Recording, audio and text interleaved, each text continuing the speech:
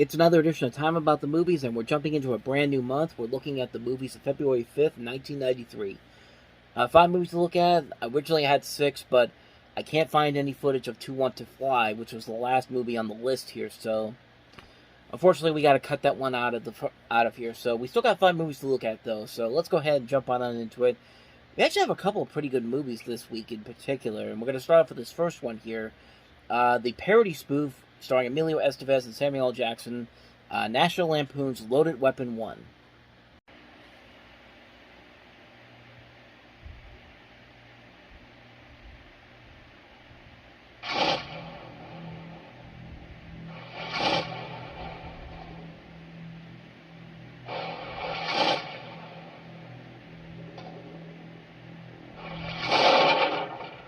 What's wrong? Nothing.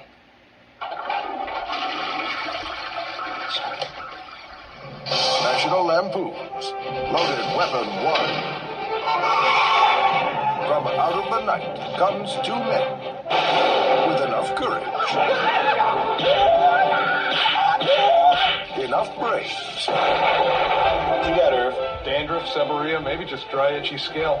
Have you tried this? I use it. Head and shoulders? Enough bullets. I know what you're thinking, punk. Did he fire 173 times or 174? To get the job done. Hey, Scotty! Can you get this machine away? I'm giving it all she's got, Captain. If I push it any harder, the whole thing will blow. New Line Cinema presents the cop movie to end all cop movies. Emilio Estevez, Give me a name. What are your parents supposed to do that? Sam Jackson, Hey, Sarge, it's tingling. That means it's working. Kathy Ireland, Do you sleep in the nude? Only when I'm naked. William Shatner, They know never to screw with me. Tim Curry, That's good. and John Lovitz. Is this the big checkout? Come on, level with me. It's not bad. You'll be fine. You'll be back on your feet in no time.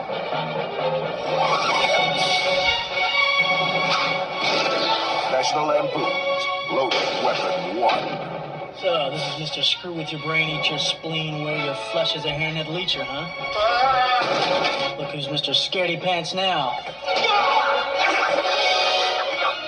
I just gotta ask, what does human flesh taste like? Chicken. See it before they make the sequel. So as the title indicates, this is basically spoofing the first 3 Lethal Weapon films. We also have reference spoofs to Basic Instinct, Die Hard, Dirty Harry, Rambo, The Silence of the Lambs, Wayne's World, 48 Hours, Chips, pretty much buddy cop movies in general.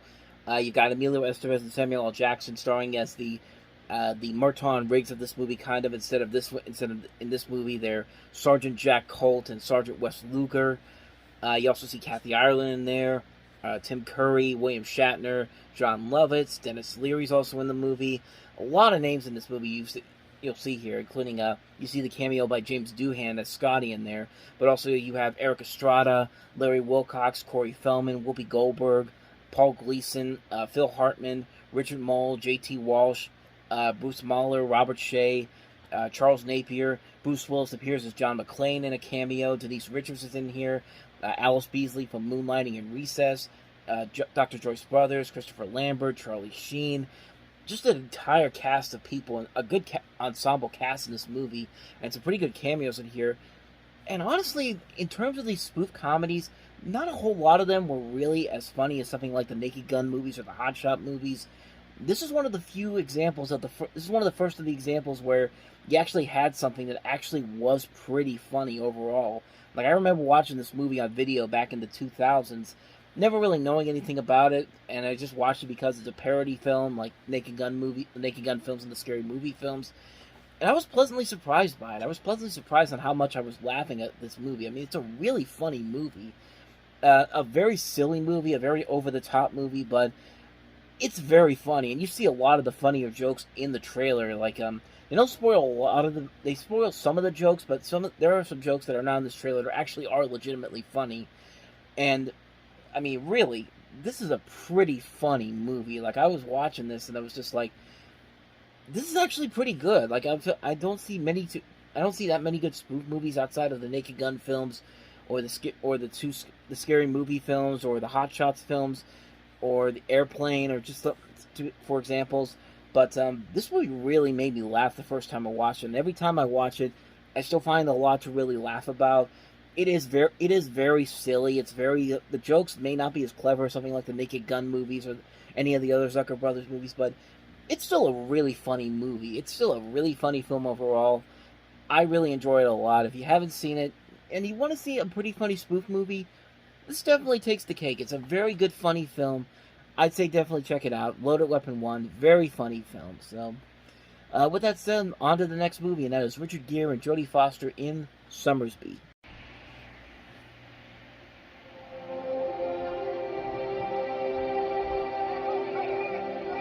Welcome home, Jack.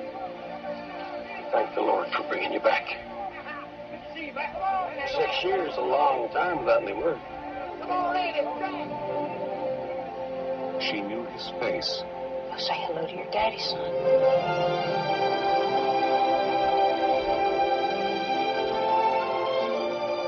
His touch.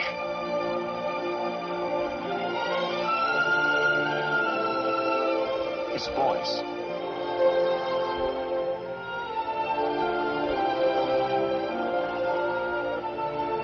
I'll be damned. Foot's 2 sizes smaller now. You are not my husband.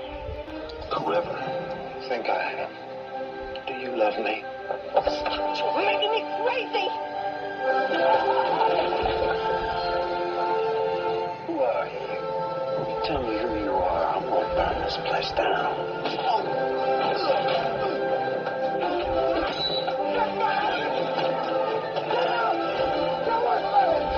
You've known all along, haven't you? Why don't you take him into your house, into your bed? John Robert Sommersby, we have a warrant for your arrest. The murder of Mr. Charles Copeland. If you tell them who you are, then they'll have to let you go. You could win your life, son. I'm a name. I don't think I have a life. You are not Jack Sommersby, so why do you keep going on pretending that you are? How do you know I'm not? I know because... How do you know? I know because I never loved him the way that I love you. Richard Gere, Jodie Foster, Sommersby. Here's another movie that has a pretty strong cast involved. You have Richard Gere, Jodie Foster, but you also see Bill Pullman in there. James Earl Jones, Frankie Faison is in this as well. Arlie Ermey's in this. Maury Chaykin. Some very notable names here. And you have something pretty interesting here. This director is John Emile, who also did films such as Copycat, The Man Who Knew Too Little, Entrapment, The Core. I mean, honestly, probably his best film, quite honestly, is Entrapment. But even that's just kind of like... It's not a great movie, but it's still a fun action movie overall with Sean Connery and Catherine Zeta-Jones. And with this movie here, I can see the potential. There's a interesting mystery here, but the script doesn't really want that to be the focus of the movie, honestly. I think the focus of the film wants to be specifically on the relationship between Richard Gere and Jodie Foster, which... It works pretty well. I mean, their performances are fine in this movie. I just don't think the mystery aspect of this is all that exciting. I don't think the story really is that inventive or anything exciting, and the film ends pretty mediocrely. Like, they're trying to force somewhat of a happy ending to you, but it just didn't work for me. It's a movie that just feels like it's... I've seen way too many shows and movies try to do this similar story, and they fail miserably. One of the most notable examples is the Principal and the Pauper episode of The Simpsons, where, of course, it's revealed in that episode that Seymour Skinner is actually not who he says he is, and this other guy is actually the real Seymour Skinner, and it's widely considered to be the episode of The Simpsons where the peak of the series started to fall off. I still consider it one of the worst episodes of the series, and I love The Simpsons a lot, but that to me is still one of the worst episodes the show has ever done. And I've seen that happen so many times. I've seen this story done so many times. Family Guy's also done it once. But that was mostly in the final minutes of an episode. It's been something that's been done over and over again. I think the only one that's actually done the story really well was Mad Men. I think they did a pretty good job of using that similar storyline and actually doing it and putting it to good use for the character of Don Draper. If you haven't seen if you haven't seen what happens, I'm not going to spoil it, but I guess I kind of spoiled it a little bit. But if you haven't seen it, you should be watching Mad Men anyway. It's a fantastic show. But as far as this movie goes, it's okay. It's nothing really all that spectacular. I think what keeps it afloat are the performances by Foster and Gere. I think they work off each other really well. Their chemistry is so good, but the rest of the movie itself is just mediocre at best. It's not something I'd watch again, but I am glad I saw it at least once. So that's my thoughts on Sommersby. Let's go ahead and move on to the next movie that we have here, and that is The Vanishing.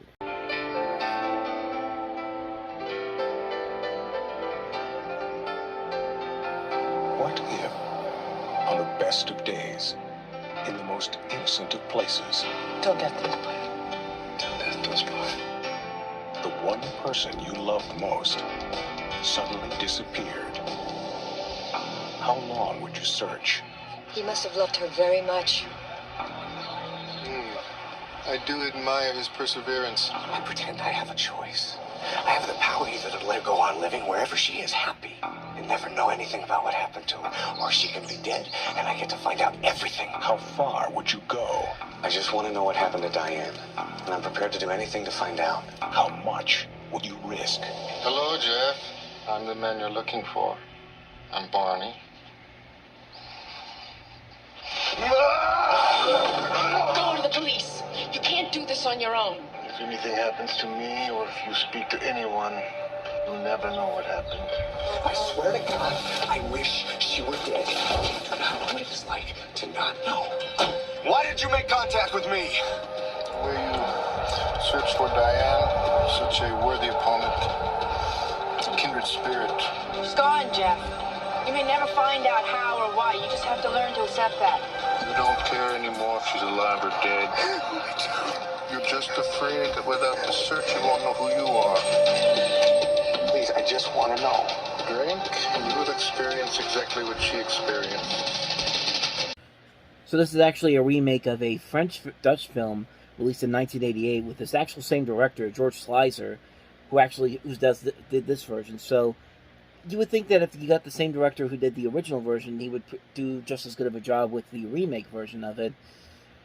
Unfortunately, that's not the case, and despite a strong cast in this movie that includes people like Jeff Bridges, Kiefer Sutherland, Sandra Bullock, Nancy Travis, the movie itself is pretty bad. I mean, it's a movie that really misses the mark of what made the original movie so special, and it's often been considered one of the worst remakes ever made, and you can pretty much see why. It's a movie that takes a really good story, a really well done story, and just makes it a safe and marketable thriller so teenagers can go see it on opening weekend just to get laid. I mean, that's pretty much what it is. I mean, it's a movie that's not all that exciting. It's a movie that has a really lackluster performance by Jeff Bridges. I cannot believe that accent he has in this movie, and it's just I think Roger Ebert says it best. They turn it into a slasher movie at the end with a very cheap joke and a very lousy ending. I mean, there's nothing exciting about this movie whatsoever. There's nothing really enjoyable about this movie at all. These actors deserve a lot better than this movie here, and it's really a bad movie. It's really one of the worst remakes ever made. It's just such an insult to the original film. They took something that could be very good and very well done, and just completely toned it down for a safe and marketable movie that, like I said, teenagers can take their girlfriends to, or maybe the other way around. Teenage girls can take their boyfriends to, so they can if you know what I mean. I mean, that's pretty much what this movie basically exists for. They didn't want to tell a good story. They wanted to make a movie so that teenagers can go out there on Friday night, see it, and then immediately forget about it because there were more important things that happened to them that night. And I mean, this actually may be a bad movie to take a date to. I mean, this is a bad movie. One of the worst remakes ever made. Just an insult to the original film. Just a terrible movie all around. Avoid The Vanishing like the plague. So, with that said, let's go ahead and move on to a much better movie, and that is Disney's Homeward Bound: The Incredible Journey. From Walt Disney Pictures, I'm gonna miss you so much. Left Behind, Shadow is gonna love it in the country. Have a nice vacation! and Far From Home, they were determined to find their way back. Now, they've set off on an adventure into an untamed world. Across treacherous mountains, where danger waits at every turn. I gotta tell you, domesticated animals wouldn't stand a chance out here. And the forces of nature will test their ability to survive. I miss Shadow, Mom. It will be an incredible journey home. Maybe that's where they went. But that would be hundreds of miles. In the classic tradition of Walt Disney Entertainment comes Homeward Bound: The Incredible Journey. Unlike The Vanishing, here's a remake that's actually much better than the original film.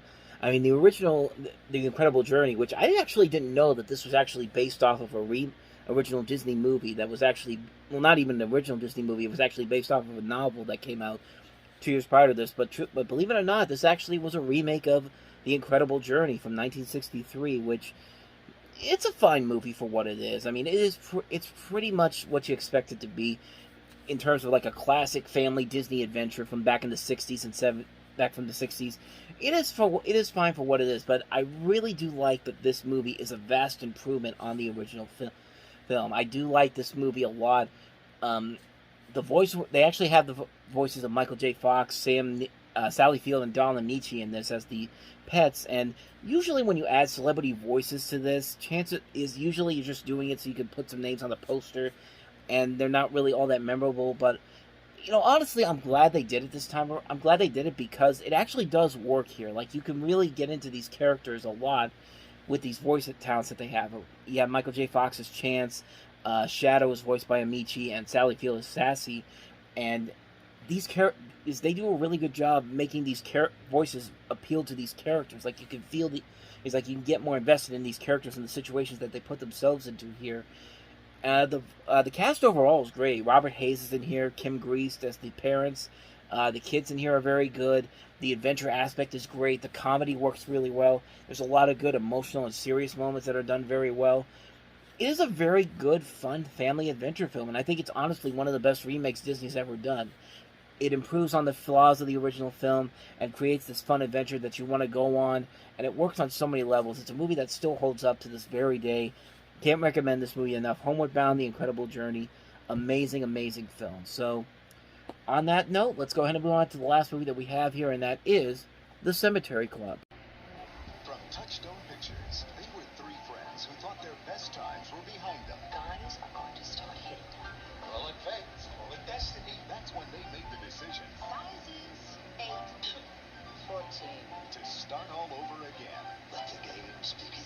Now they're proving if life is what you make it, they've got it made. Who's the looker? You're out of control. The Cemetary Club, rated PG-13, starts Friday, February 12th at a theater near you. This one is one that I haven't seen. I can't really comment on it too much, but judging by these trailers, it doesn't look that bad. It looks like a lighthearted comedy specifically tailored to older females, like in their 40s or 50s. We get a lot of those movies nowadays, stuff like Book Club, Palms, just a couple of those movies to mention. I think this is one of those movies that fits to that specific audience. That's what I want to say.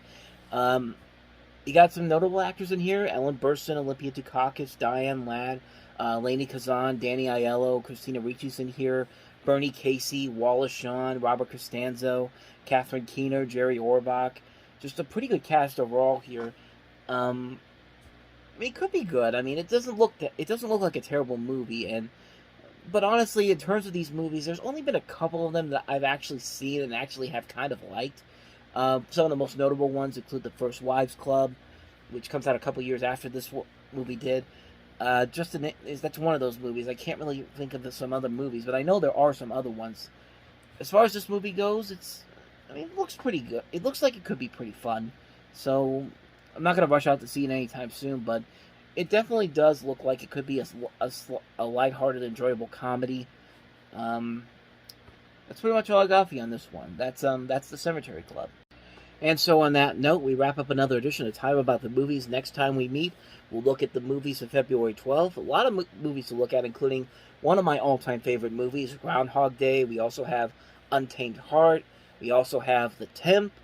Let me see what we have here. Love Field, Strictly Ballroom, and Dead Alive. I believe that's 6 movies, at least what I'm getting from this list here. It's one of those lists where it only has one movie that's highlighted as the first weekend it comes out, and then you have to really look deep to see which movies are new that you haven't seen on the previous week's list.